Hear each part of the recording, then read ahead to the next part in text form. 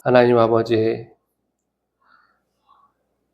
귀한 주일 주님 앞에 나와서 예배드립니다. 우리의 모든 허물과 죄를 십자가의 보혈로 정결케 해주시고 이 시간에 주님 만나는 귀한 시간 되게 도와주시옵소서.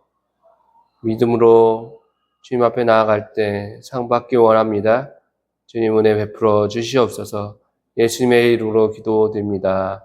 아멘.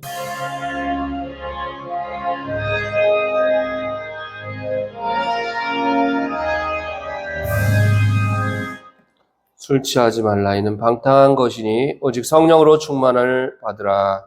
시와 찬송과 신령한 노래들로 서로 화답하며 너의 마음으로 주께 노래하며 찬송하며 범사에 우리 주 예수 그리스도의 이름으로 항상 아버지 하나님께 감사하며 그리스도를 경외함으로 피차 복종하라. 참 감사와 찬양을 올려드립니다. 시간 주님께 드려지는 이 예배 가운데 하나님께서 주신 기쁨과 감사와 찬양이 넘쳐나는 시간 되게 도와주시옵소서. 주 예수 그리스도의 이름으로 기도합니다. 아멘. 하나님 말씀 시편 86편 1절에서 7절까지 말씀 봅시다.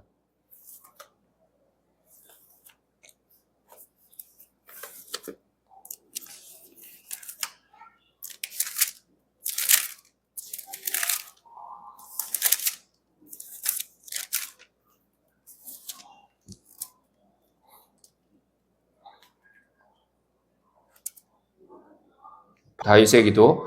여호와여, 나는 가난하고 궁핍하오니 주의 귀를 기울여 내게 응답하소서. 나는 경건하오니 내 영혼을 보존하소서. 내 주 하나님이여, 주를 의지하는 종을 구원하소서. 주여 내게 은혜를 베푸소서. 내가 종일 주께 부르짖나이다. 주여 내 영혼이 주를 우러러보니 주여 내 영혼을 기쁘게 하소서. 주는 선하사 사죄하기를 즐거워하시며 주께 부르짖는 자에게 인자하심이 호하심이니이다. 여호와여, 나의 기도에 귀를 기울이시고 내가 간구하는 소리를 들으소서. 나의 환난 날에 내가 주께 부르짖으리니 주께서 내게 응답하시리이다. 아멘. 환난 날의 기도, 응답하시는 하나님이라는 제목으로 말씀을 증거해드리도록 하겠습니다. 인생을 살다 보면 누구도 원치 않았던 날들을 맞이합니다. 그날은 대개 예고 없이 다가옵니다.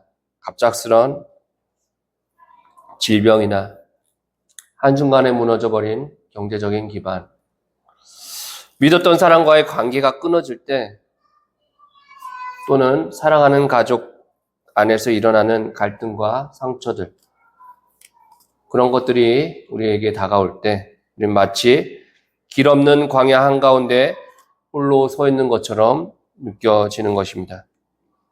세상 사람들은 이러한 일을 겪을 때 술잔을 기울이고 오락에 빠지고 누군가에게 매달립니다. 그러나 그 길 끝에는 여전히 허무함과 공허함만이 남는 것이죠. 그러므로 중요한 것은 어려움과 고통이 오느냐 마느냐, 환난이 오느냐 마느냐에 달린 것이 아니라 환난이 왔을 때 우리는 누구에게 가야 하느냐가 중요한 것입니다. 오늘 우리가 읽은 시편 86편 1절에서 7절까지 처음 시작에 다윗의 기도라는 표제가 붙어 있어요. 시편 전체 가운데도 몇 안 되는 개인적인 탄원 시입니다. 다윗은 왕으로서 모든 권력과 군대를 가진 사람이었지만 환난 날에는 하나님 앞에 겸손하게 무릎을 꿇었습니다. 그리고 이 기도 속에서 우리는 환난의 때에 하나님께 어떻게 나아가야 할지를 오늘 다윗의 기도를 통해서 배울 수가 있다는 것입니다. 이 말씀은 단지 다윗의 개인적인 기도가 아니라 오늘 우리의 기도가 되어야 할 것입니다. 다윗의 기도를 보면서 우리의 기도가 어떠해야 하는지 살펴보며 은혜 받는 시간 되기를 주님의 이름으로 축원합니다. 우리 기도는 첫 번째로 겸손하게 하나님 앞에 엎드리며 나아가는 그런 기도여야 합니다. 다윗은 이렇게 시작하고 있습니다. 84편, 86편 1절입니다. 여호와여, 나는 가난하고 궁핍하오니 주의 귀를 기울여 내게 응답하소서. 여기 원문에 보면 가난하고 궁핍하다라는 말은 무슨 말일까요? 돈이 없다? 물질적으로 부족하다? 그런 의미가 아닙니다. 이것은 하나님 없이는 단 한순간도 살 수 없는 전적인 의존의 상태를 가리키고 있습니다. 그러니까 산상수훈에 보더라도 주님께서 말씀하시기를 마음이 가난한 자는 복이 있나니 천국이 그의 것임이라. 동일한 가난함이죠. 왕이었던 다윗이지만 하나님 앞에서는 그분 없이는 아무것도 할 수 없는 스스로를 무력한 존재로 낮추는 모습을 볼 수가 있다는 것입니다. 오늘날 우리는 너무나 많은 것들을 스스로 해결을 하려고 합니다. 인터넷을 뒤지고 유튜브에서 답을 찾아요. 부모들은 자녀의 교육 문제로 끝없는 정보를 쫓고 있습니다. 청년들은 끝없는 경쟁 속에서 자기 스스로의 힘으로 그 길을 열려고 애를 쓰고 있습니다. 그러나 인생의 근본적인 문제는 자기 힘으로는 풀 수 없습니다. 진정한 기도의 시작은 무엇입니까? 겸손하게 하나님 앞에 무릎을 꿇고 주님 앞에 다가가는 것임을 믿으시기 바랍니다. 사랑하는 여러분, 혹시 지금 홀로 짊어지고 있는 짐이 있습니까? 자녀 문제 때문에 밤마다 눈물 흘리는 부모님이 있습니까? 직장에서 버티느라 지쳐 쓰러질 것 같은 청년이 있나요? 경제적인 문제 때문에 불안한 가정이 있습니까? 나이 들어갈수록 외로움과 건강의 약화로 힘겨워하는 노년의 성도님이 계십니까? 그 무거운 짐을 이제는 하나님께 맡기시기 바랍니다. 수고하고 무거운 짐진 자들아, 다 내게로 오라. 내가 너희를 쉬게 하리라. 나는 마음이 온유하고 겸손하니 나의 멍에를 메고 내게 배우라. 그리하면 너희 마음이 쉼을 얻으리니. 다윗처럼 나는 가난하고 궁핍합니다 라고 고백할 때 하나님께서는 여러분의 신음까지 귀 기울여 들으시는 분입니다. 사랑하는 여러분, 혹시 지금 마음에 무거운 짐을 지고 계신 사람은 없습니까?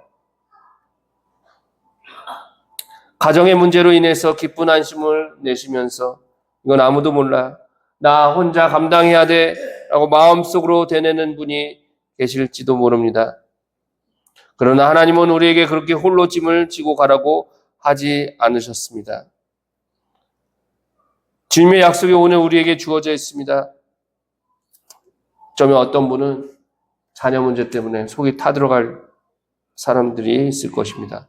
말은 안 하고 마음은 점점 멀어지고 기도는 하지만 눈에 보이는 변화는 없어서 낙심한 분이 있을 수 있습니다. 또 어떤 분은 경제적인 문제로 하루하루 버티며 언제 쓰러질지 모르는 불안 속에 살아가고 계실지도 모릅니다. 노년의 외로움 속에서 내 이야기를 들어줄 사람이 없다라고 마음 아파할지도 모릅니다. 사랑하는 여러분, 바로 그 자리가 어떤 자리입니까? 하나님 앞에 겸손하게 기도로 나아가는 자리인 것입니다. 하나님은 다윗의 고백과 같이 겸손히 무릎 꿇는 신음에도 반드시 귀를 기울이실 것입니다. 사랑하는 여러분, 오늘 이 말씀 앞에 겸손히 무릎 꿇고 기도하는 모든 분들이 되시기를 바랍니다. 삶에 주님의 손길이 임하기를 축복합니다. 주님께서 여러분 대신 그 짐을 대신 들어주시고 무너진 마음에 평강을 주시고 혼자가 아님을 알게 하실 것입니다. 오늘도 주님께서는 여러분의 작은 한숨조차 귀 기울여 들으시고 응답하실 것을 믿으시기 바랍니다. 두 번째, 우리의 기도. 하나님의 은혜와 긍휼을 신뢰하며 기도해야 합니다. 3절부터 5절까지 말씀 읽겠습니다. 주여 내게 은혜를 베푸소서. 내가 종일 주께 부르짖나이다. 주여 내 영혼이 주를 우러러보니 주여 내 영혼을 기쁘게 하소서. 주는 선하사 사죄하기를 즐거워하시며 주께 부르짖는 자에게 인자하심이 허하심이니이다. 다윗은 고백하기를 주는 선하시고 사죄하기를 즐거워하시며 주께 부르짖는 자에게 인자하심이 크시다 라고 고백하는 것입니다. 여기에는 두 가지 중요한 신학적인 고백이 담겨 있습니다. 첫 번째로 사죄하다라는 히브리어 단어는 살라흐라는 단어입니다. 하나님께서 억지로 용서하시는 것이 아니라 기쁨으로 용서하신다는 의미인 것입니다. 두 번째로 인자하심은 히브리어 헤세드라는 단어입니다. 하나님의 조건 없는 사랑이, 이것은 조건 없는 사랑이 아니라 언약적인 사랑을 가리키는 말씀입니다. 하나님께서는 약속하신 그 약속의 백성들을 결코 절대로 떠나시지도 버리시지도 않는 분이심을 믿으시기 바랍니다. 다윗은 자신의 상황이 아니라 그런 하나님의 성품을 붙들었어요. 응답의 확신은 나의 자격에서 나오는 것이 아닙니다. 하나님의 선하심과 자비에서 나오는 것입니다. 우리가 환난 속에서도 기도할 수 있는 것은 내 자격이나 공로 때문이 아니라 하나님의 성품 때문입니다.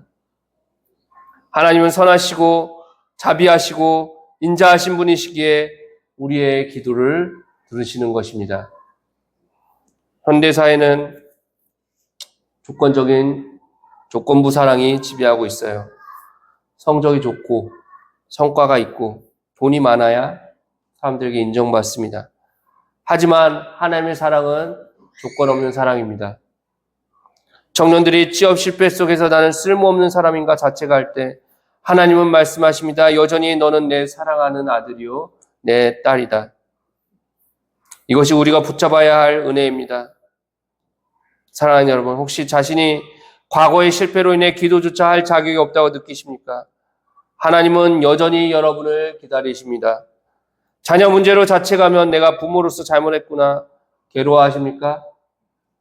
하나님의 긍휼은 여전히 부모님과 그 자녀를 붙들고 계십니다. 배우자와의 관계가 상해서 마음이 멍든 분들이 있습니까? 사업의 실패로 인해서 용기를 잃은 분들이 있습니까? 하나님의 긍휼은 여전히 여러분들을 향하고 있다는 것을 믿으시기 바랍니다.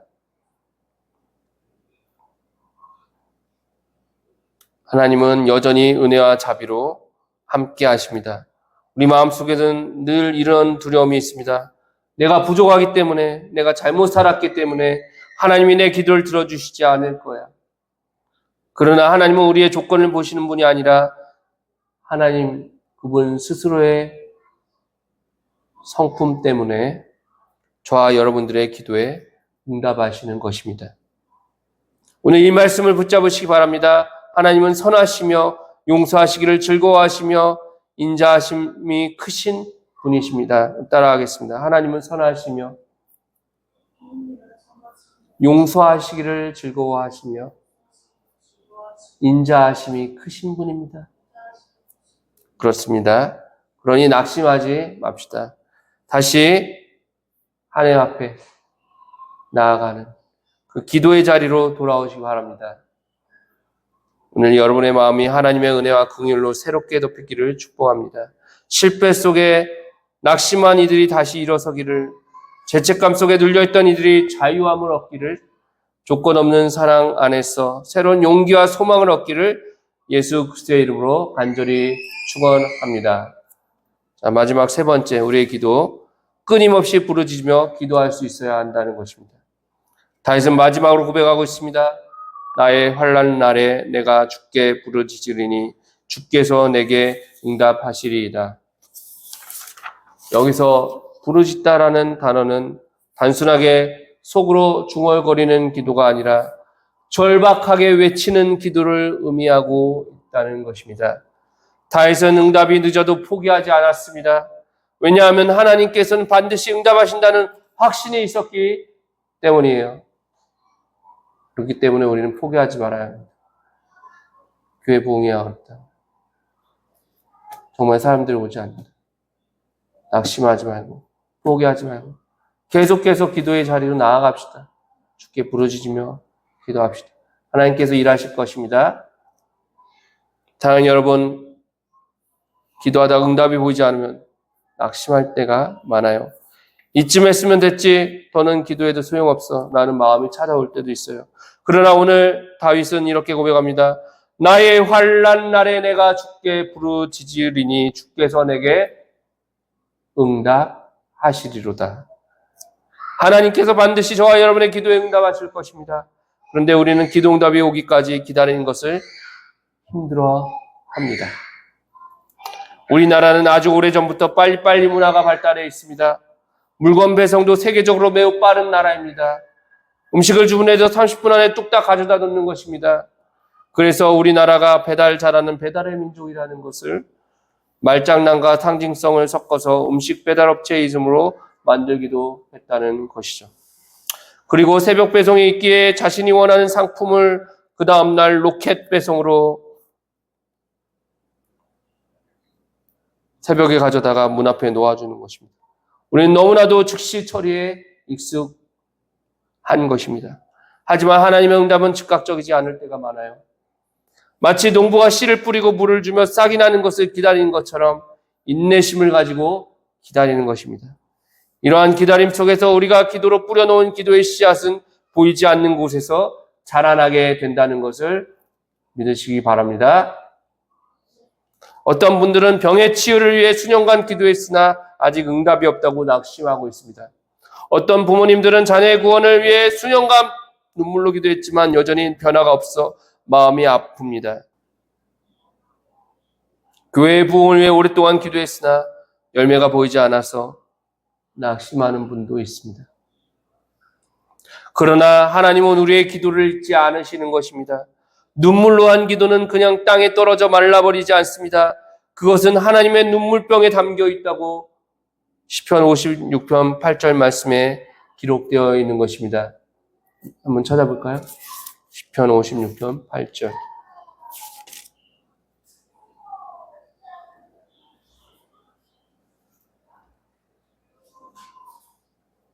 제가 읽어드리겠습니다. 나의 유리함을 주께서 개소하셨사오니 나의 눈물을 주의 병에 담으소서. 이것이 주의 책에 기록되지 아니하였나이까. 하나님은 우리가 드린 기도를 잊지 않으시고 반드시 응답의 날을 예비하십니다. 그러므로 사랑하는 여러분, 기도의 끈을 놓지 맙시다. 지금은 응답이 더딘 것 같아도 하나님 반드시 가장 좋은 때에 가장 좋은 방법으로 저와 여러분의 기도를 응답하실 것입니다.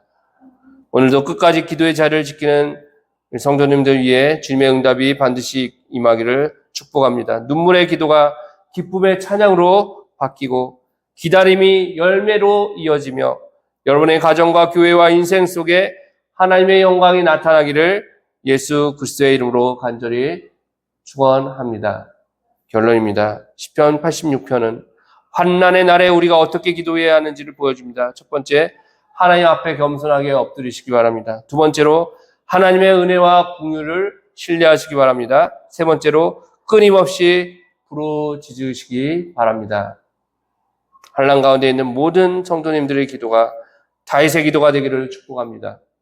가정의 문제로 울고 있는 분에게는 평강을 주시고, 경제적 문제로 눌린 분들에게는 새로운 길을 여시고, 병상에서 고통 중인 분에게는 치유와 회복을, 신앙이 약해진 분에게는 새 힘을 주시기를 주 예수 그리스도의 이름으로 축복합니다. 오늘도 기도하는 모든 이들의 삶이 응답의 은혜로 채워지기를 주님의 이름으로 간절히 축원합니다. 기도하겠습니다. 하나님, 겸손하게 주님 앞에 무릎 꿇고 기도하는 저희가 되게 하옵소서. 하나님의 성품을 기억하며 그분의 자비하심을 바라보며 기도하는 저희가 되게 하옵소서. 끝까지 절망하지 말고 인내하면서 기도하는 끊임없이 부르짖는 저희가 되게 하옵소서. 주 예수 그리스도의 이름으로 기도드립니다. 아멘. 이제는 우리 주 예수 그리스도의 구원의 은혜와 하나님 아버지의 크신 사랑하심과 성령님의 감화 감동 기도하심이 주께 겸손하게 나아가 기도에 힘쓰며 주의 때를 잠잠히 기다리는 우리 사랑하는 새소망 선교교회 위에 이제부터 영원토록 함께 하시기를 간절히 축원하옵나이다. 아멘.